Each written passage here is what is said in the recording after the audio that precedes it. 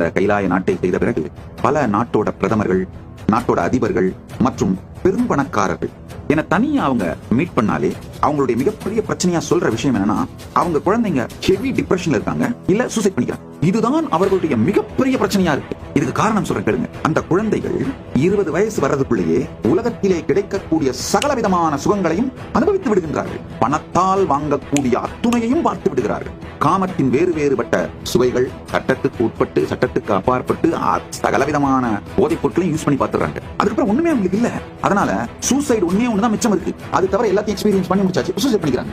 Richest Gen Z. இதோட ஆழமான உண்மையை புரிந்து கொள்ளுங்கள். சகல சுகங்களும் நீங்கள் அனுபவிப்பதற்கு முன்பாகவே மனம் தலையிட்டு நினைந்து விடுகின்றது. நினைந்தது எல்லாம் பழையது. இருப்புக்கும் உங்களுக்கும் உறவே இருப்பதில்லை என்பதனால் எந்த அனுபவமும் முழுமையாக உங்களுக்குள் நடப்பதில்லை.